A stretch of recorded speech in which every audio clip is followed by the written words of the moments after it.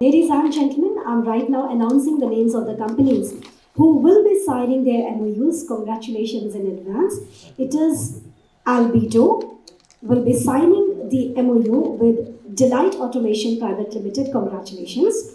Then we will have Parv Human Resources who will be signing the MOU with ANM Media. Congratulations, company directors. Then we have NM Media who will be signing the MOU with Tech Pro Accounting Solutions. Congratulations. Let's have a round of applause for the names of the companies and congratulations in advance the company directors. Ladies and gentlemen, we have with us Mr. Gauri Shankar Sahu, who is MD KPM Healthcare and is also the leader of Bharatiya Janata Party.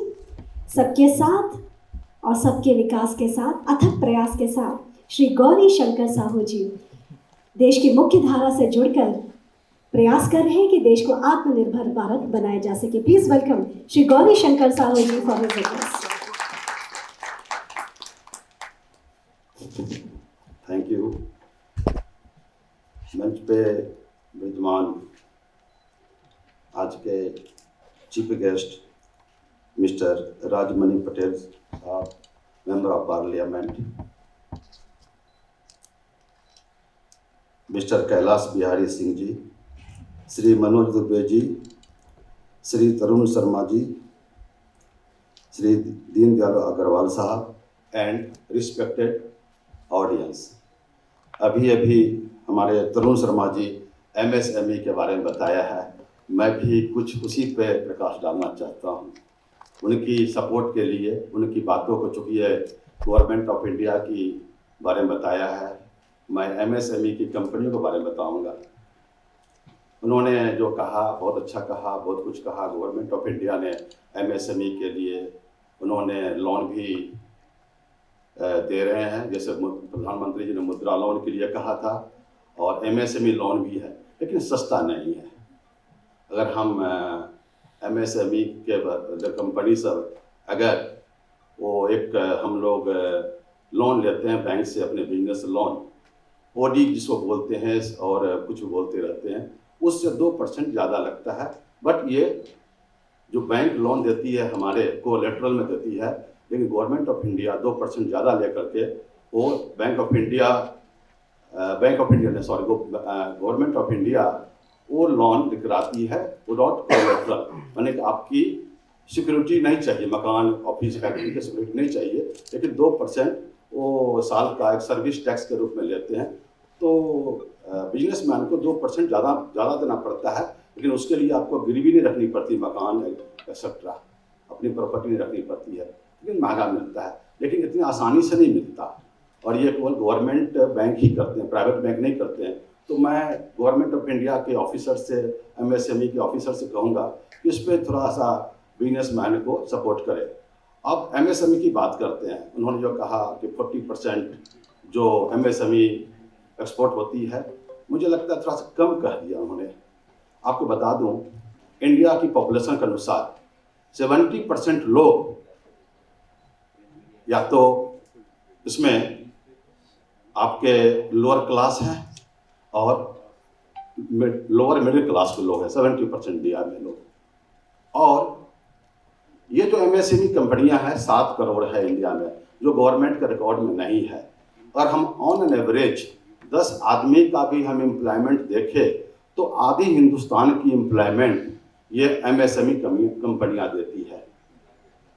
आधी संख्या, हिंदुस्तान की आधी संख्या को रोजगार देने वाला, रोजगारदाता जो है वो MSME कंपनियां हैं.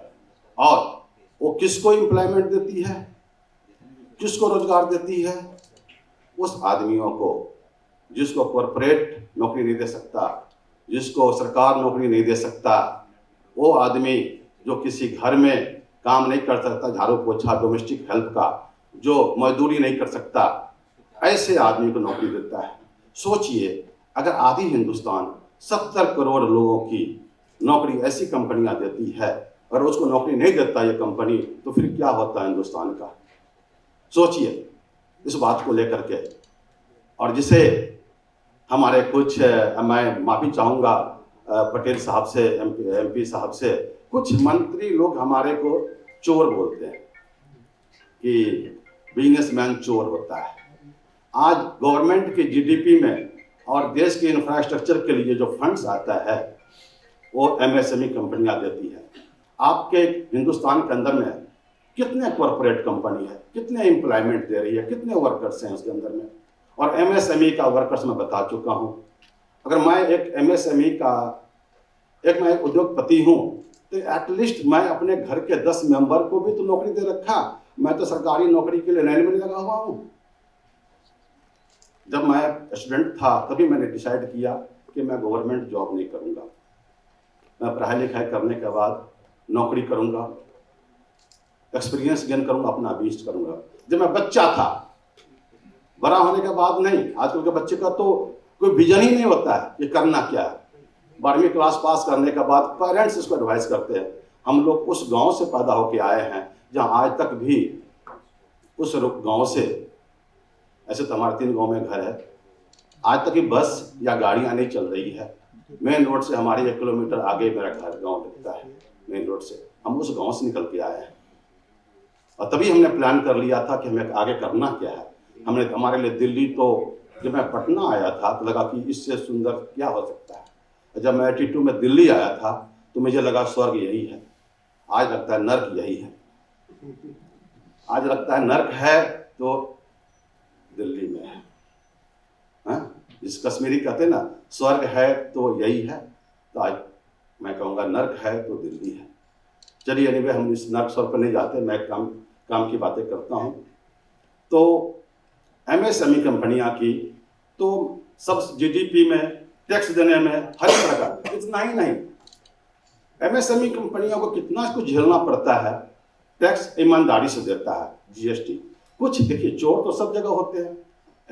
एक कहावत है ना, एक टोकरी में एक टमाटर सड़ गया तो पूरी टोकरी को गंदा कर देता है। तालाब की एक गंदी मछली पूरे तालाब गंदा कर देता है। तो सभी तो चोर नहीं है, 1-2 लोग हैं। अब कैसे जीएसटी चोरी कर लेता है, ये हमारे दिमाग से ऊपर की बात है। मैं नहीं कह सकता कैसे चोरी करता।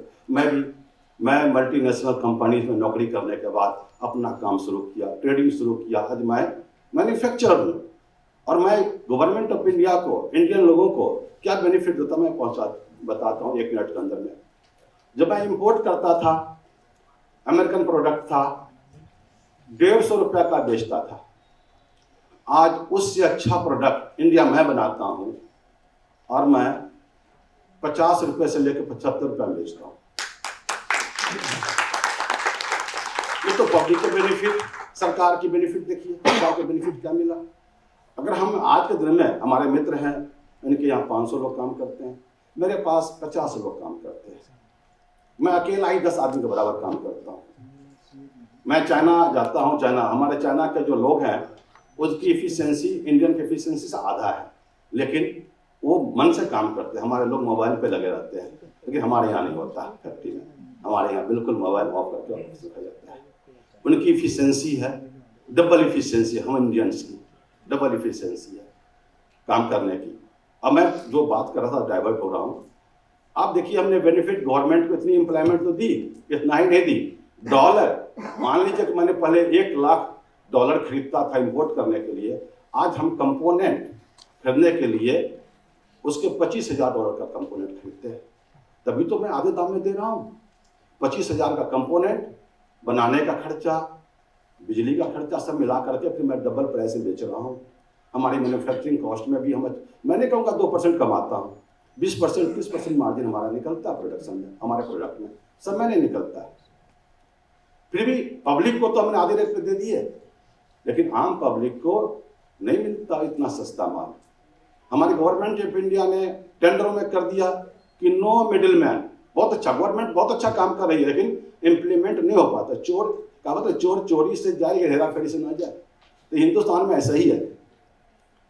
वो कहेंगे डायरेक्ट आपको परचेज करनी है, only original manufacturer can quote the tender, no middle man. उसका टेंडर रिजेक्ट हो जाएगा, लेकिन लोग कर लेते हैं, और सरकार एक और चीज बड़ी अच्छी करी है ये सरकार ने, गवर्नमेंट ऑफ इंडिया ने। यहाँ लूट घसूट नहीं है, लेकिन कुछ, आई एम सॉरी, कोई अफसर बैठे हैं गवर्नमेंट का, तो माफी चाहता हूँ, अगर ये हमारे को साथ दे और हमारे कुछ बिजनेसमैन भी ईमानदारी से थोड़ा सा और टैक्स दे दे। अरे टैक्स दे नहीं रहा तो आपके पास 150 लाख करोड़ 160 लाख करोड़ जीएसटी कहां से आया? कहां से आया? आज जो पहले हजारों में बात करते हैं, करोड़ों में बात करते हैं। आपके फंड से इतना कहां से आया? आप इतने बड़े बड़े प्रोजेक्ट बना रहे हैं। एनएच देखो कितना बना लिया आपने, इंडिया को तो छोटा कर दिया आपने एनएच बना करके। जहां 24 घंटा 36 घंटा लगता था वहां 12 घंटा में पहुंचा दिया। ये हमारे गवर्नमेंट ऑफ इंडिया कर रही है। और एक चीज हमारे लिए क्या किया उन्होंने, जो वो तो पता नहीं होगा, लेकिन हमें नहीं, हम बेनिफिट ले रहे हैं। उन्होंने कहा शर्मा जी ने कि 72 बेनिफिट है। बिल्कुल है, मैं भी जानता हूँ। मैं शर्मा जी को बताना चाहूँगा कि मैं लघु उद्योग भारती का भी मैं संयोजक हूँ अपने यूनिट का। मैं उनका मेंबर हूँ और संयोजक हूँ। उन्होंने मैडम ने कहा कि हम बीजेपी नेता हैं। हम बीजेपी में ऐसे ही छोटा मोटा मतलब एक इंडस्ट्रियलिस्ट हैं, तो हमें एक संयोजक बना दिया है। हम कोई नेता होता नहीं है, हम तो एक सोशल वर्कर हैं। मैं अपने समाज का मुखिया हूँ, प्रेसिडेंट हूँ दिल्ली का साहू समाज का, और भी उद्योगपति तो मैं हूँ ही, मेरा काम उद्योगपति का है।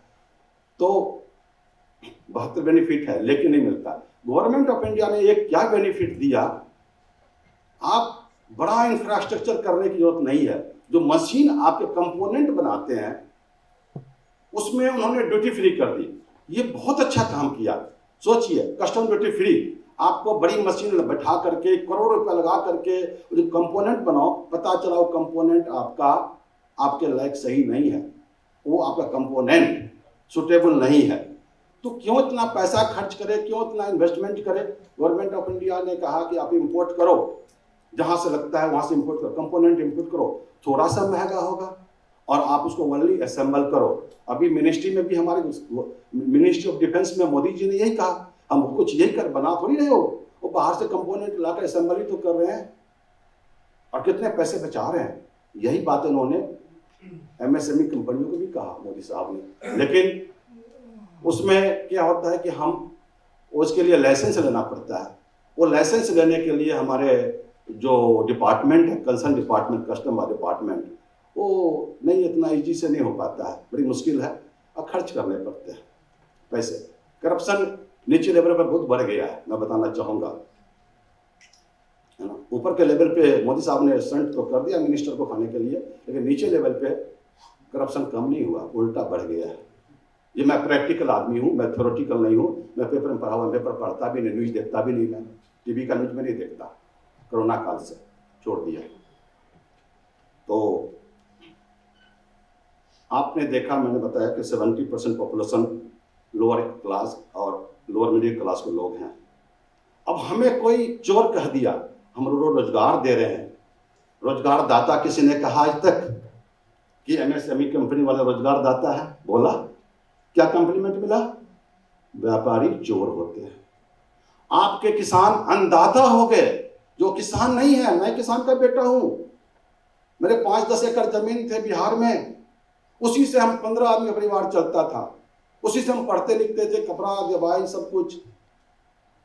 धीरे धीरे हमारे घर में फिर एक मास्टर मेरे बड़े भाई सब हो गए, तो बड़ा थोड़ी सी मतलब हेल्प मिला।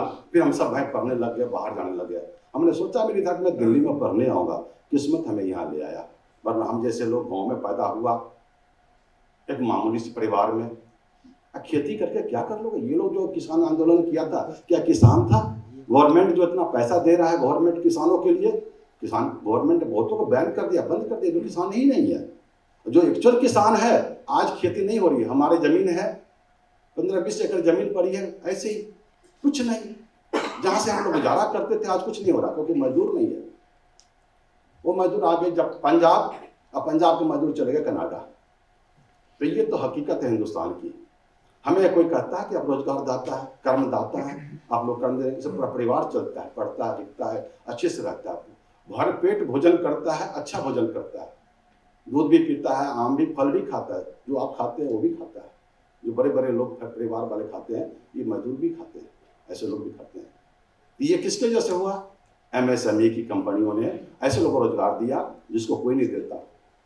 आप किसान की बात करें, वो किसान है तो अंबानी भी किसान है, अदानी भी किसान है, उनके पास बहुत जमीन है, वो क्या जी, उनके पास गवर्नमेंट जॉब तो नहीं है, उनके पास जमीन खरीदा है ना कुछ काम के लिए, चाहे स्टॉक रखने के लिए, स्टॉक लाने के लिए जमीन तो है ना इसके पास, तो वो भी कहेगा भाई मैं भी तो किसान हूँ। कि नहीं कह सकता, बताइए मेरे को। जिसके पास लैंड है वो दे आर आल्सो फार्मर। बस मैं ज्यादा नहीं बोलूंगा। डॉक्टर भी भगवान भी बन जाते हैं कभी कभी, टीचर भी पढ़ाते हैं, वो भी तो ज्ञानदाता है।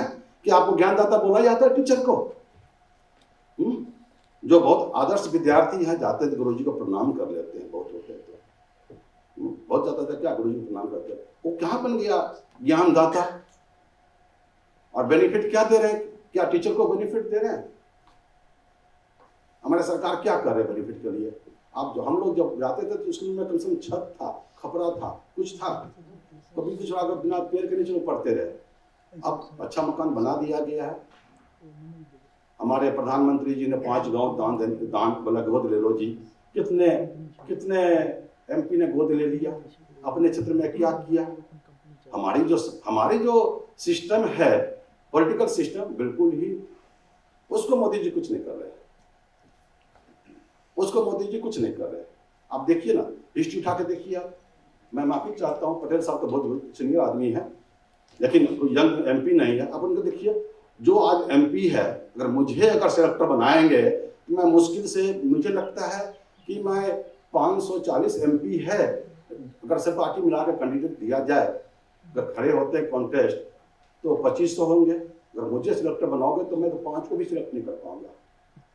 हमारे हम जो कैरेक्टरिस्टिक पैदा करेंगे कि आप में क्या गुण होना चाहिए, एमपी बनने कैंडिडेट में क्या होना चाहिए, मैं तो 5 भी लगता है सिलेक्ट नहीं कर पाऊंगा। मैं 5 को भी सिलेक्ट नहीं कर पाऊंगा, क्योंकि इसमें ऐसा गुण ही नहीं है। बस हम एमपी बन गए थी पार्टी के नाम पे, मोदी के नाम पे, तो और इनको कुछ नॉलेज नहीं है। अब बिहार में देखिए, हमारा डिप्टी सीएम बनते हैं 9th पास, बताइए हमारा सिस्टम देखिए। इतना ही नहीं, चलिए बिहार छोड़िए, दिल्ली की बात करते हैं। आप होम सेक्रेटरी, आप हेल्थ सेक्रेटरी हैं, आईएएस हैं, आपकी क्या क्या एक्सपीरियंस है? हिस्ट्री से पढ़ के आए हैं, ज्योग्राफी से पढ़ के आए हैं, इंजीनियर हैं, डॉक्टर तो नहीं है ना, तो आपको क्या पता मेडिकल में क्या होगा? आज मेडिकल के सेक्रेटरी हैं, हेल्थ सेक्रेटरी हैं, कल आपको टूरिस्ट का सेक्रेटरी बना दिया जाएगा। और मिनिस्टर आए तो नहीं, ये हमारे लॉबी का बंदा है, उसको लेके आया, तो कहां से प्रोग्रेस होगा? कहां से आप कैसे, जब राजा और मंत्री ही आपको सुटेबल नहीं है तो आगे काम क्या होगा? काम कौन चलाता है? कि नीचे वाला बाबू चलाता है। जो काम चलाता है, जो करता है, उसी को ना बैठाना चाहिए कुर्सी पे, उसी को ना पद देना चाहिए। हमारे समझ से मैं अपनी बात कर रहा हूँ, मैं कोई पॉलिटिक्स की बात नहीं कर रहा और कुछ नहीं कर रहा। किसी को तकलीफ हो रहा तो माफी चाहता हूँ, क्योंकि मैं ईमानदार आदमी हूँ, ईमानदारी से काम करता हूँ। जो आदमी एक बड़ी मल्टीनेशनल कंपनी में काम कर लेता है ना, तो उस आदमी के अंदर में ईमानदारी आ जाती है, क्योंकि वहाँ हेरा फेरी नहीं चलता है। वो अन्ना सिखाता है हेरा फेरी कैसे किया जाए। तो हम लोगों ने कभी ऐसा काम ही नहीं किया। 16 साल नौकरी किया और 18 साल से बिजनेस कर रहा हूँ, वो भी मल्टीनेशनल बिजनेस कर रहा हूँ, तो हमें इस बात का अनुभव है। मैं मैंने कहा चलो बता देता हूँ, आपको मौका मिला बात करने के लिए, इसलिए थैंक यू वेरी मच। मैंने कुछ ज़्यादा ही टाइम ले लिया लगता है। Thank you very much. देश विदेश की ताज़ा तरीन खबरों से अपडेट रहने के लिए आप हमारे चैनल को ज़रूर सब्सक्राइब करें और साथ ही बेल आइकन को भी ज़रूर दबाएं, ताकि सभी खबरों से आप और आपके जानने वाले रह सके अपडेट।